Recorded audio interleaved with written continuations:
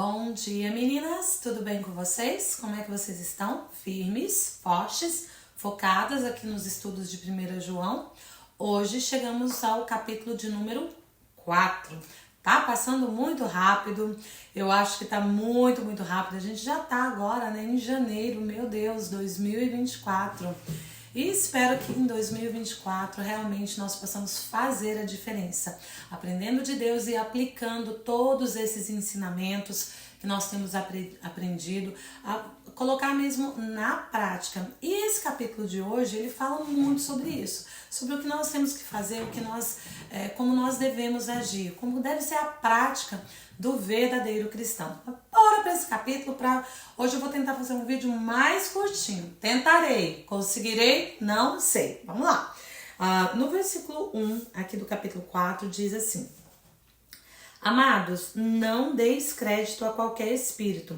Antes provai os espíritos, se procedem de Deus, porque muitos falsos profetas têm saído pelo mundo afora. Então, uma coisa que a gente vê muito aqui, a gente tem que aprender. Eu acho, tenho aqui comigo, né, com os meus botõezinhos, que você que já está aqui no Germinar há muito tempo, eu acho que você já está começando a questionar. Eu acho que depois de ler, praticamente a gente já está chegando no final do Novo Testamento, eu acho que você já está começando a fazer perguntas. Será que isso procede mesmo? Será que isso vem de Deus? Será que isso não vem? Será que isso está certo? Será que isso está errado? Porque o que ele está falando aqui é exatamente isso. A gente deve aprender a questionar as pessoas, né? Os profetas, as pessoas que estão falando, os pregadores. Será que essa palavra realmente procede de Deus? Será que vem? Será que é do Espírito Santo? Será que tem sentido tudo isso que ele está falando? E uma coisa que eu vejo muito, aliás, eu não vejo muito não sei se ainda existe muito. Na minha época, no Brasil, existia muito. Eu acredito que ainda existe, não sei se tão forte quanto antes. As pessoas gostam muito de ir para profetas, de ir para revelação. Eu vou ali na irmã tal. Talvez vocês católicas, né? A gente tem um grupo de católicas aqui. Talvez vocês não tenham esse hábito ou não saibam disso, mas no meio evangélico, meninas, tem muito de ir lá na irmã tal que ela vai revelar. E às vezes sai cada revelação, você escutava coisas que você fala, meu Deus, não é possível. E as pessoas acreditam. E por que elas acreditam? Primeiro que elas não questionam. Elas não questionam ninguém que está usando o nome de Deus. Nem todas as pessoas, lembra que nós já falamos sobre isso, a gente leu isso na Bíblia, nem todas as pessoas que falam, né, têm realmente uma intimidade com Deus, que falam de Deus, têm um conhecimento, e muitas pessoas não falam da parte de Deus, falam por elas mesmas, pelo ego, né, para crescerem, inflam ali, se sentem bem, e as outras pessoas acreditam. E acreditam por quê? Primeiro porque não questionam, e segundo porque não conhecem as escrituras. Então, aqui no Germinar, eu acho que isso tem sido uma pauta nossa. Vamos conhecer a Bíblia, vamos ler. Esse é o meu objetivo maior, que cada um de vocês, né, incluindo eu também, que leiamos a Bíblia e que aprendamos, né, da palavra, da fonte, do que realmente está no coração de Deus, para a gente saber, primeiro questionar, depois falar, isso aí não procede de Deus, não. Isso aí não tem nada a ver com Deus. E se não vem de Deus, eu rejeito. Não importa se a pessoa tem um título, se a pessoa fala que é muito espiritual, porque uma coisa é falar, é apresentar, e outra coisa é ter uma vida de intimidade com Deus. São duas coisas totalmente diferentes. Então aqui nesse versículo a gente está aprendendo isso. É isso que ele está falando. Questiona, vê se vem de Deus. Se você, como é que eu vou saber? Lendo a palavra, tendo intimidade com esse Deus que é o dono da palavra, porque ninguém melhor do que ele para se revelar a nós. E ele se revela a nós através da sua própria palavra. No verso 4 diz: Filhinhos, vós sois de Deus e tendes vencido os falsos profetas, porque maior é aquele que está em vós do que aquele que está no mundo. Então, se nós temos uma intimidade com Deus, se nós conhecemos a Ele, se nós tiramos tempo no nosso quarto de oração, na nossa leitura, na nossa comunhão diária com Ele, a gente tem intimidade, a gente conhece. E aí ele diz que maior é aquele que está em nós, maior é Cristo que está em nós, maior é Ele, não tem ninguém maior que Ele. Maior é Cristo que está em nós do que aquele que está no mundo. E isso nos capacita a conhecermos os falsos profetas, isso nos capacita a vencermos as nossas lutas, a crescermos em Cristo, a crescermos não só em intimidade, mas em conhecimento e podermos combater, né, com a palavra esses falsos profetas. No verso 7 diz: amados, amemo-nos uns aos outros, porque o amor procede de Deus, e todo aquele que ama é nascido de Deus e conhece a Deus. Eu acho que essa carta de João, especialmente esse capítulo 4 aqui, ele é o capítulo do amor, que ele vai falar muito sobre isso.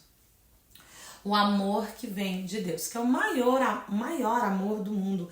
Não existe ninguém. No versículo 8 diz: aquele que não ama não conhece a Deus, pois Deus é amor. A gente vem falando desde lá de Mateus, que Deus é amor, Deus é o amor, e a gente fala muito, e a gente tem isso aqui, esse próprio versículo dizendo que Deus é amor.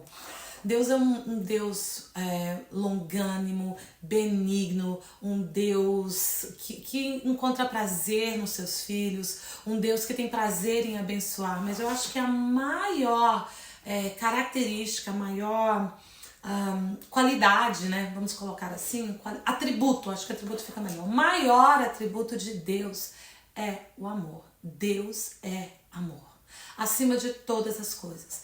Ele nos ama e Ele não nos quer ver sofrer. Às vezes sofremos por circunstâncias que nem mesmo Deus queria que nós passássemos, mas tudo procede. Lembra lá de Romanos?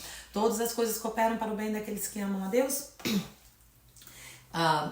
Então Deus é amor, o seu maior atributo. E como é que a gente vai saber que nós realmente temos o caráter de Deus, que nós estamos manifestando a sua imagem, a sua semelhança, quando nós expressamos esse amor, quando nós expressamos o maior atributo de Deus, que é o amor.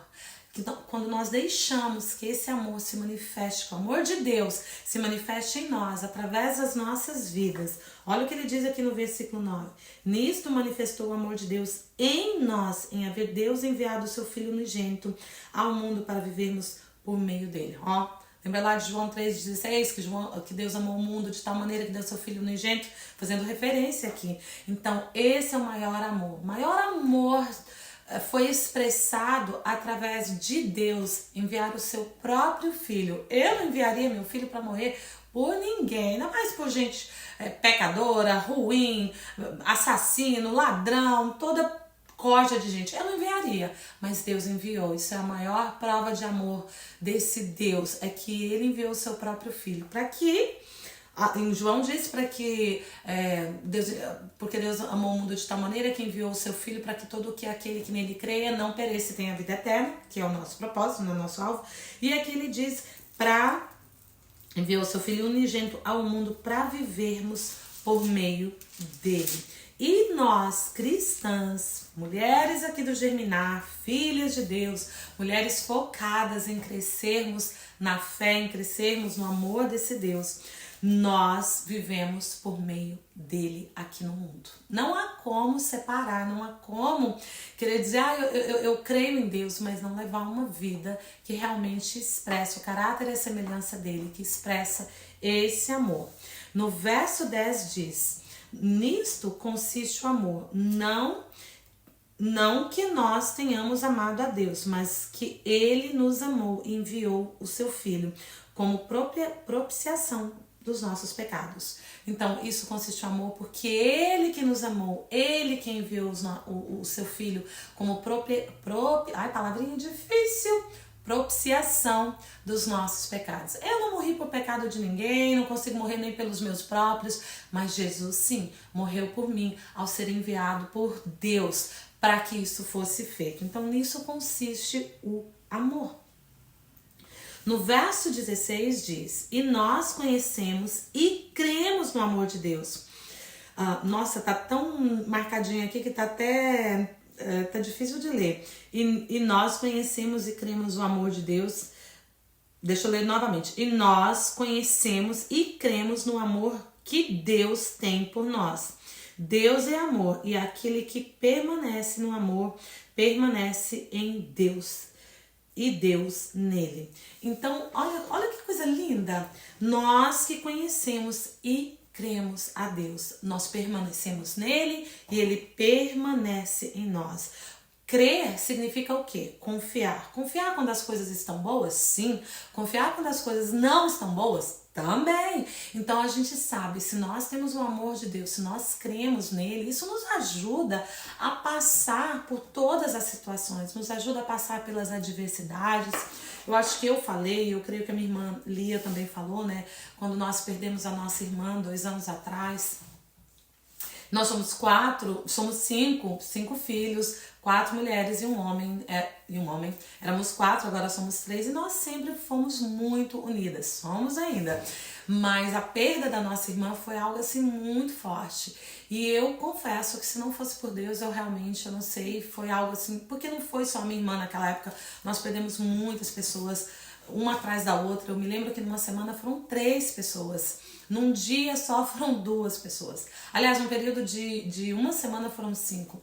E foi muito difícil mesmo.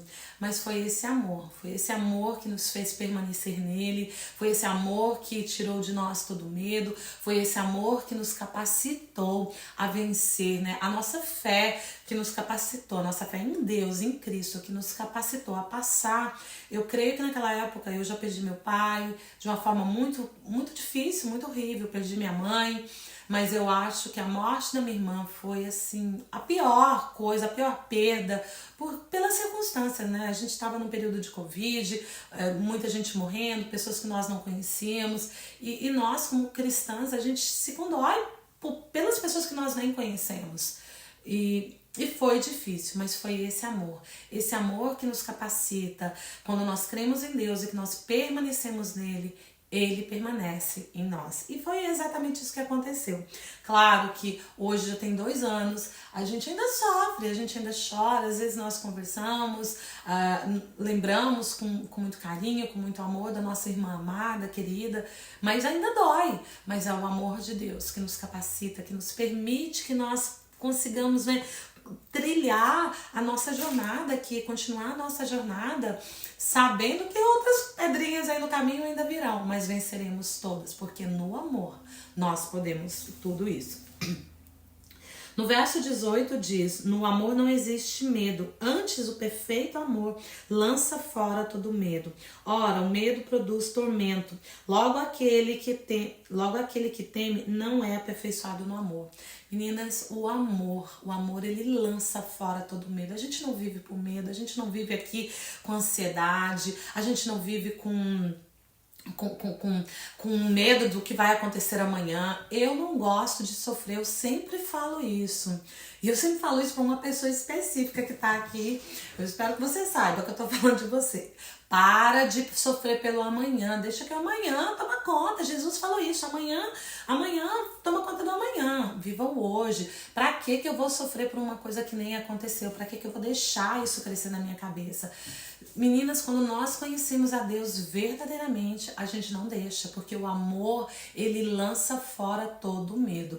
Então é até uma questão para nós nos perguntarmos: meu Deus, como é que é o meu relacionamento com o Senhor? Será que eu confio mesmo em Ti? Será que eu estou entregando tudo nas Tuas mãos, sabendo que o Senhor cuida de todas as coisas? Ou eu estou aqui nessa ansiedade, sofrendo por coisas que nem aconteceram e às vezes nem irão acontecer?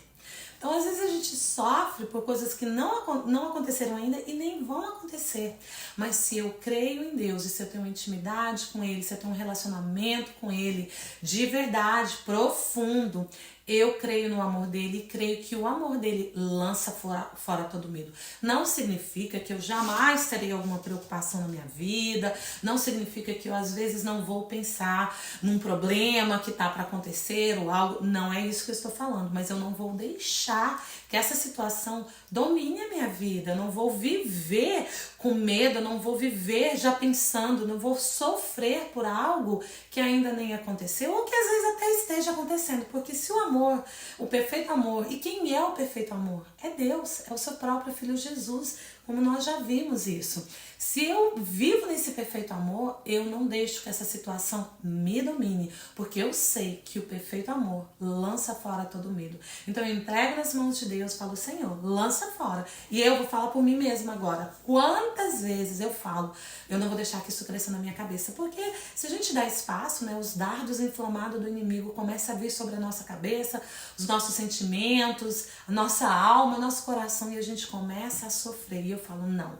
Tá amarrado, eu rejeito em nome de Jesus. E não vou deixar que isso cresça. Senhor, lança fora todo medo agora.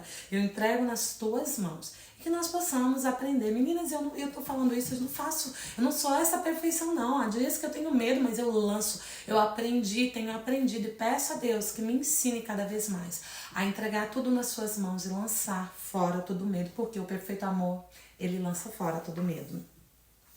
No 19 diz, nós amamos porque ele nos amou primeiro. E eu acho isso lindo. Eu vou ler novamente. Nós amamos porque ele nos amou primeiro.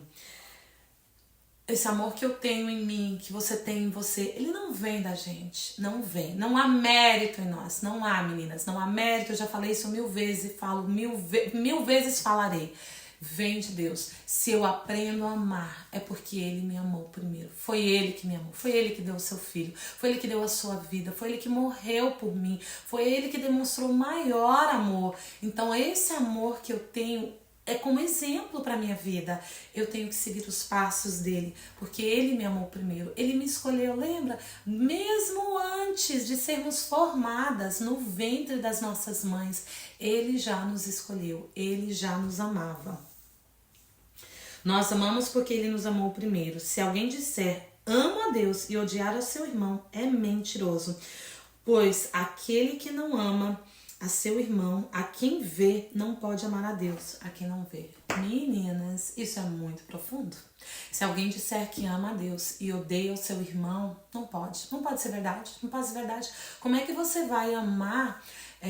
Como que você vai amar a quem você não vê, que é Deus? Deus é invisível, a gente sente, e eu já tive algumas experiências sobrenaturais com ele, mas assim, a gente não vê cara a cara como nós estamos vendo umas às outras. Então, como que eu digo? Se alguém disser ama a Deus e odiar a seu irmão, é mentiroso, pois aquele que não ama seu irmão, a quem vê, não pode amar a Deus, a quem não vê. Como é que eu vou dizer que eu amo a Deus e tem dentro de mim ressentimento, e tem dentro de mim ódio pelo meu irmão? E irmão que eu estou dizendo não é irmão de sangue, não. É irmão, pode ser o seu pai, pode ser sua mãe, pode ser o seu irmão mesmo, pode ser um amigo, seu marido, alguém, às vezes nem familiar.